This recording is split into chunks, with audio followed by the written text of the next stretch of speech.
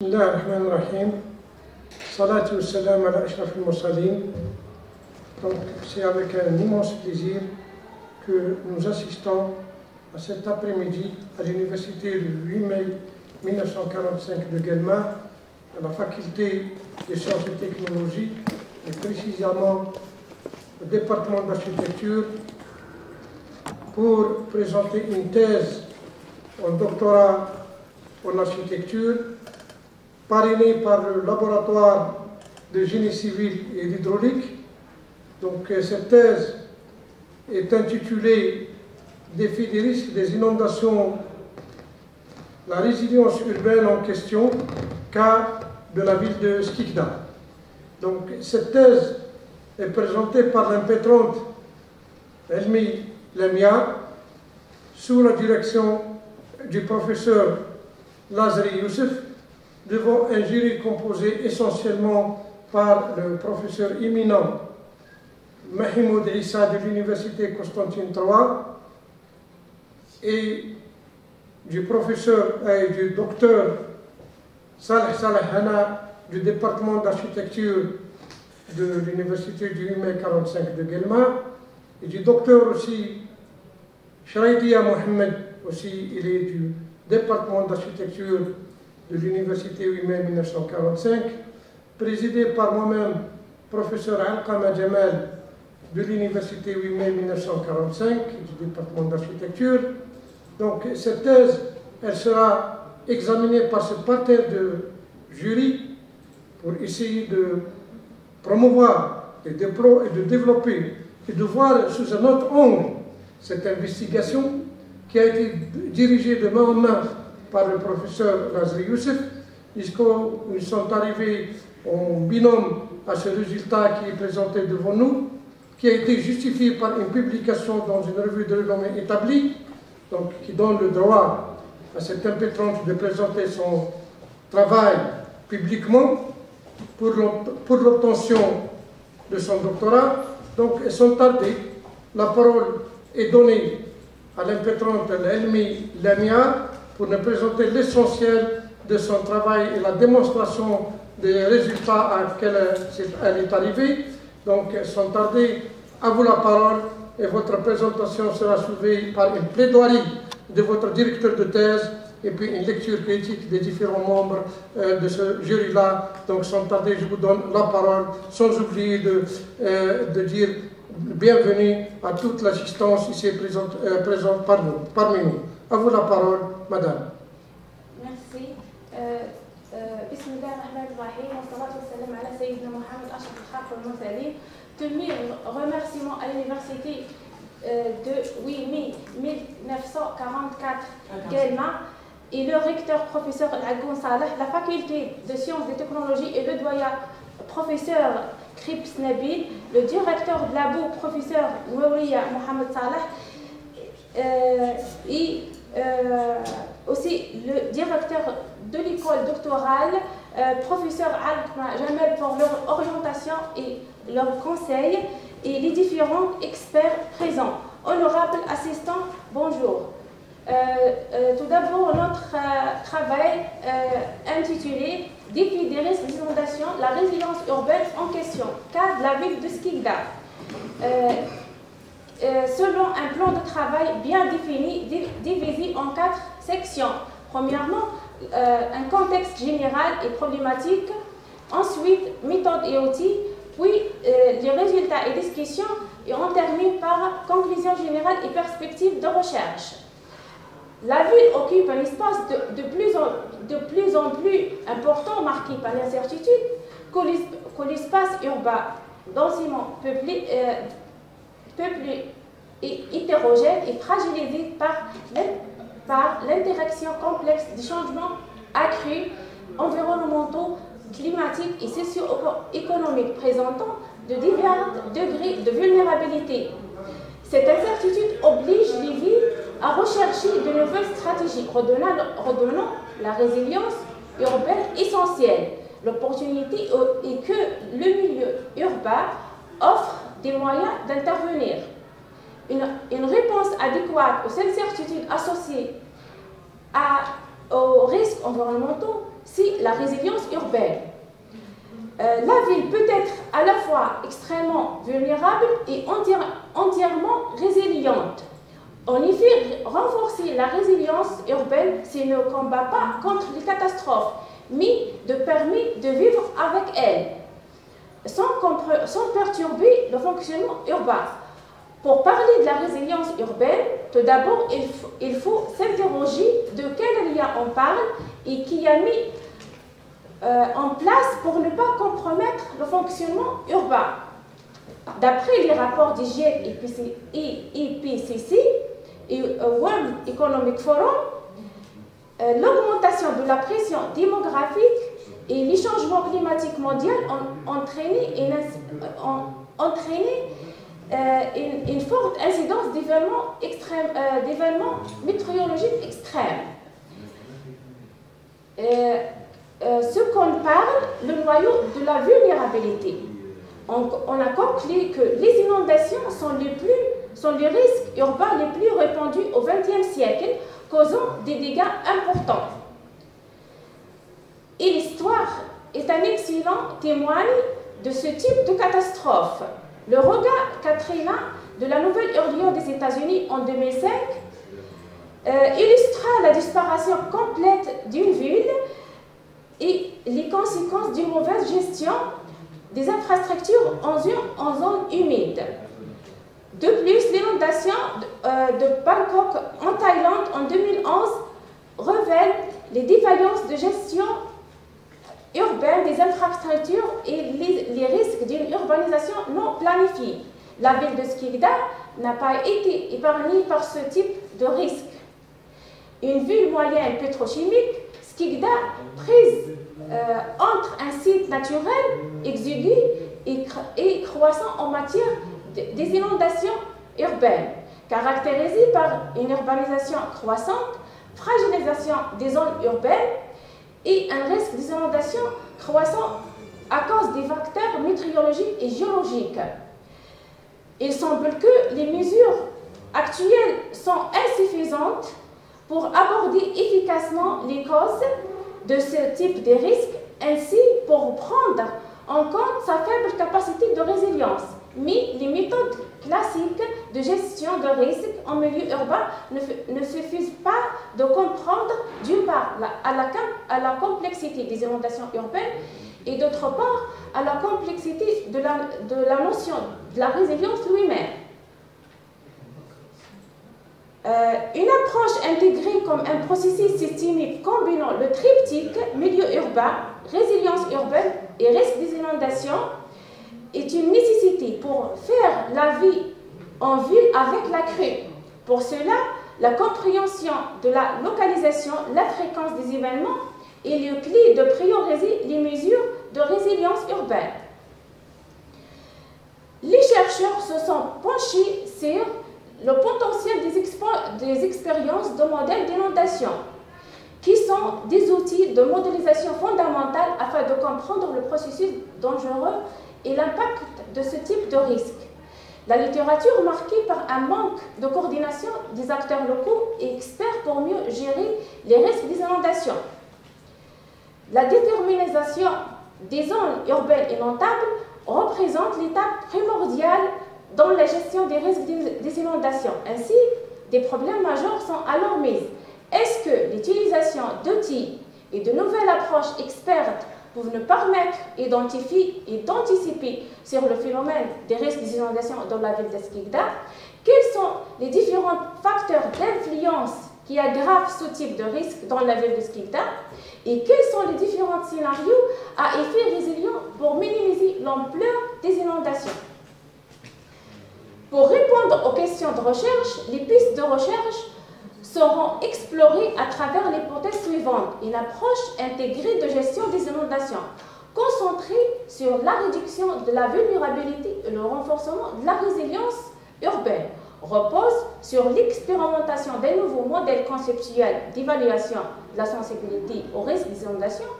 Ce modèle, fondé sur des indices de cause à effet, et la collaboration entre chercheurs, experts et acteurs locaux. Ce L'objectif de ce travail est de concilier les zones urbaines dites sensibles aux inondations, tout en assurant le bon fonctionnement de la ville face aux catastrophes. Il teste des scénarios de gestion pour tirer des enseignements positifs, sensibilise à la résilience urbaine et encourage l'intégration de documents réglementaires plus précis de la planification urbaine. La structure de la thèse est composée de deux parties primordiales. La première partie retrace la corrélation entre la résilience urbaine et le milieu urbain pour mieux cibler et agir les risques des inondations. Composée d'un chapitre introductif et de trois chapitres et trois d'autres chapitres distincts. Le premier chapitre, les risques des inondations, contexte, défis et enjeux. Le deuxième chapitre, la résilience urbaine et la gestion des risques des inondations. Et le troisième chapitre, état de l'art. La deuxième partie est l'évaluation des risques des inondations de la ville de Skikda et la proposition des stratégies résilientes. Composée aussi de trois chapitres. Premièrement, la présentation de la zone d'étude, puis outils et méthodes, et aussi les résultats et discussions. On termine par conclusion générale et perspective de recherche potentielle. Notre choix s'est porté sur la ville de Skikda en tant que zone d'étude pour plusieurs raisons. Premièrement, la localisation de la ville de Skikda en bordure de la mer Méditerranéenne. Aussi, un site naturel très complexe, constitué d'une pente douce, se localise principalement de la partie centrale de la ville, entre parenthèses, la zone industrielle et le centre urbain, entouré par les hautes montagnes, avec une altitude d'environ 400 mètres, en supplément deux cours d'eau permanents qui sont Oued Safsaf à l'est et Oued Zemna à l'ouest.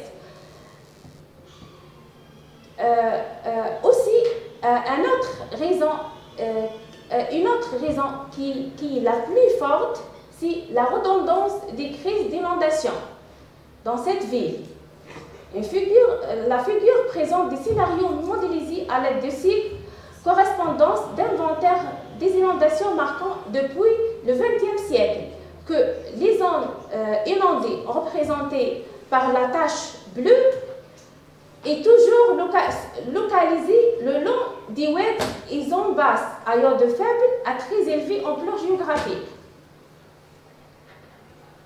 Une autre raison aussi, la pluviométrie intense qui caractérise la ville. Voilà un graphe qui présente une série historique des inondations les plus graves liées aux ordres de pluviométrie et l'urbanisation rapide et non planifiée.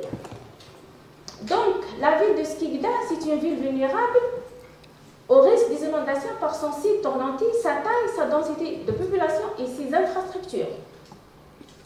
Passons aux méthodes et matériels afin de tenir en compte la complexité de la nature dynamique du risque des inondations. Il est recommandé d'adopter une approche systémique pour l'évaluation et la gestion des risques des inondations en s'appuyant sur les méthodes MCDM. Sur cette base, la démarche comprenait 6 étapes qui vont être expliquées au suivant. L'étape initiale établit la structure d'évaluation qui est fondée sur une revue de la littérature, enquête sur terrain existante de données et conditions géo-environnementales locales. Le risque d'inondation est défini comme la combinaison des indices d'impact et de cause dans la ville sous 3 composantes majeures de vulnérabilité, qui sont la topographie naturelle, les activités humaines et l'infrastructure inadaptée au drainage urbain. En étape suivante, au départ, nous avons inclus 18 variables physiques sélectionnées en fonction de leur association avec l'occurrence des inondations dans la zone d'étude. Les données utilisées ont été collectées à plusieurs sources pour construire des cartes thématiques géospatiales affichées par les techniques analytiques des cycles. Les données sont de plusieurs sources. Premièrement, on a des données géographique incluse de Digital Model Elevation, aussi des données de télédétection des images satellitaires et aussi des données auprès le web officiel USGS et des données d'OpenStreetMap. La grille des matériels techniques est la troisième étape.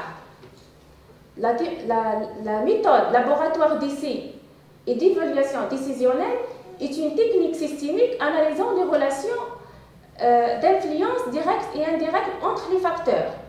La théorie grise est intégrée qui transformant l'évaluation linguistique en nombre gris d'intervalles pour réduire l'ambiguïté des opinions subjectives des experts.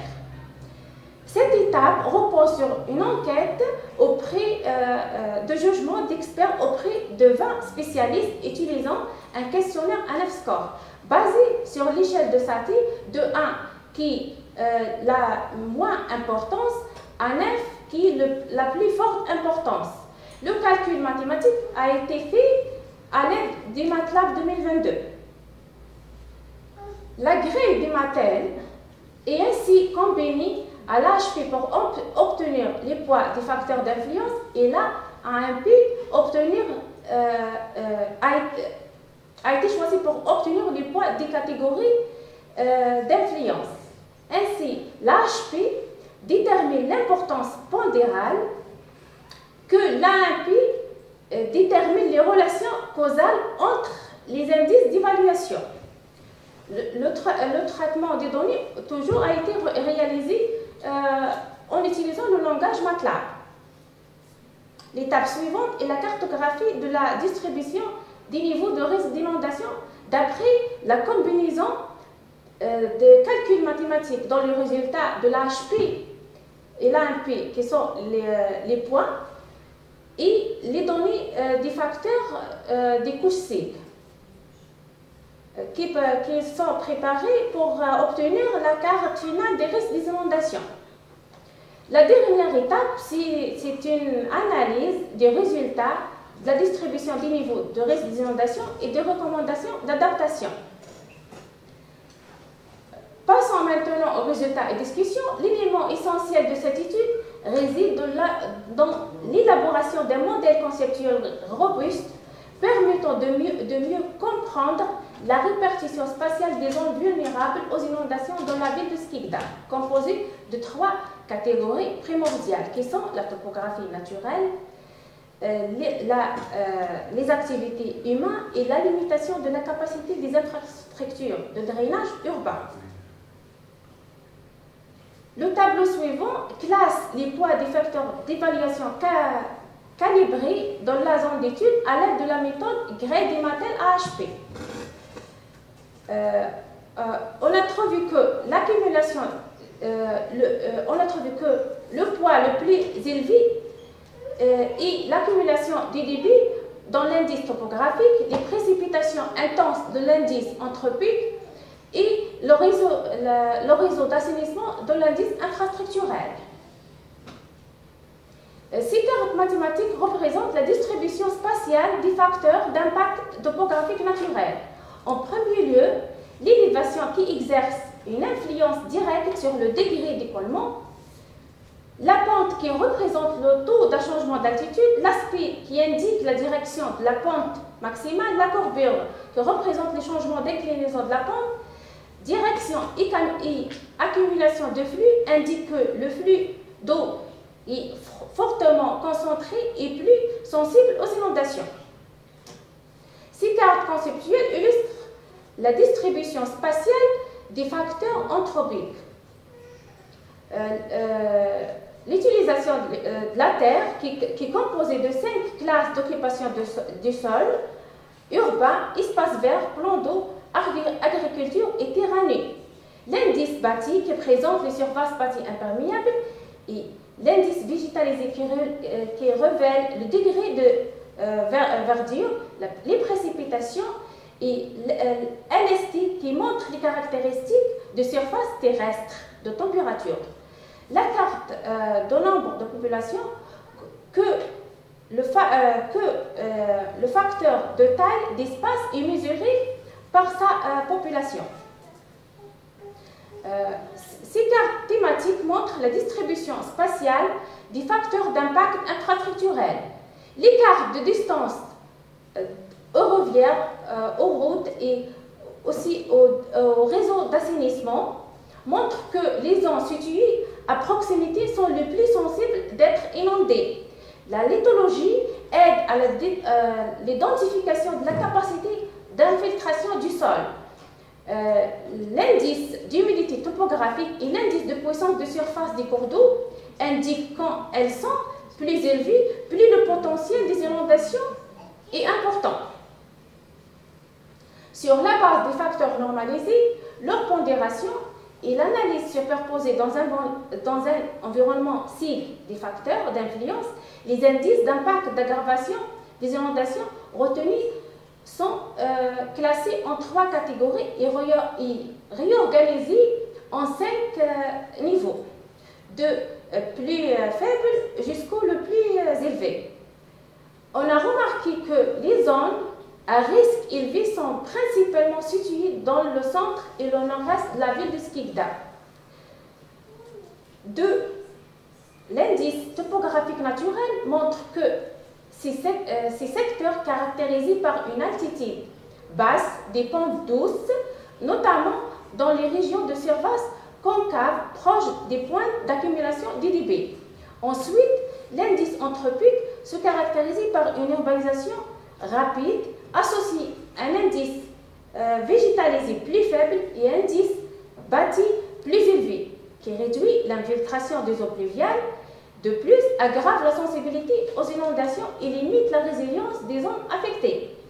Enfin, l'indice infrastructurel met en évidence une exposition accrue le long des cours d'eau, d'où les indices de puissance de surface et l'indice de humidité topographique sont élevés. Le type de la lithologie des sols accentue cette vulnérabilité. Par ailleurs, un réseau d'assainissement sous-dimensionné, ainsi un réseau routier dense représentant une menace pour son infrastructure. Le tableau présente l'importance relative de chaque indice en fonction des poids obtenus avec la méthode Gray-Dimatel-AMP. L'indice du mauvais d'état des infrastructures de drainage urbain est la principale raison de l'émergence des inondations dans la ville de Skikda, suivi par l'impact anthropique qui dépasse l'impact topographique naturel. Cette hiérarchisation permet de cibler les efforts et ressources sur les infrastructures pour optimiser la résilience face aux inondations.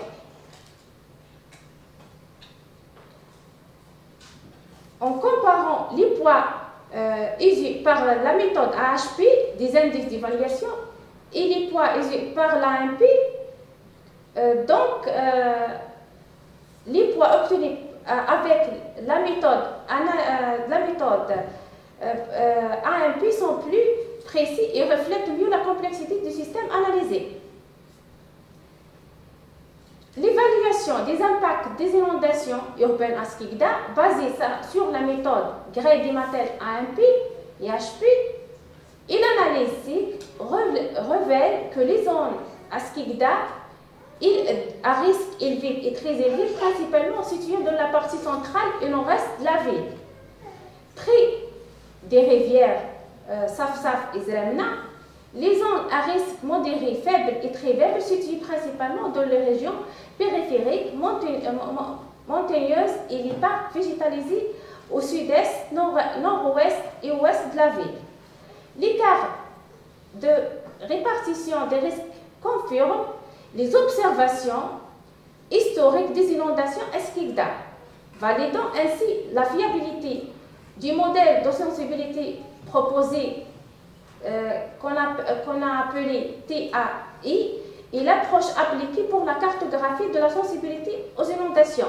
En comparant les cartes produites par les deux méthodes, les résultats cartographiques montrent que la méthode AMP reflète mieux la réalité observée sur le terrain. D'après le résultat obtenu, la ville de Skikda est mal équipée pour réduire les inondations urbaines. Donc, on doit opter une stratégie de coexistence harmonieuse avec les inondations, car leur élimination totale est impossible. De plus, la gestion des inondations n'est pas une question de réduction ou d'atténuation, mais un défi d'adaptation et de transformation.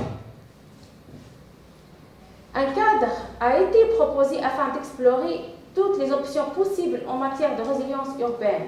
Plus précise pour orienter la planification urbaine de demain, organisée selon 3 échelles d'intervention. À l'échelle de la ville, les actions techniques proposées sont une ceinture verte interconnectée par la création des espaces verts le long des rivières, l'intégration des infrastructures grises avec des zones réactives, la plantation riveraine, le stockage des eaux pluviales et l'engagement des habitants. Les obstacles sont l'espace urbain limité et les conflits d'usage du terre. À l'échelle du quartier, les actions techniques proposées sont les chaussées perméables, l'espacement des bâtiments et la gestion des eaux pluviales.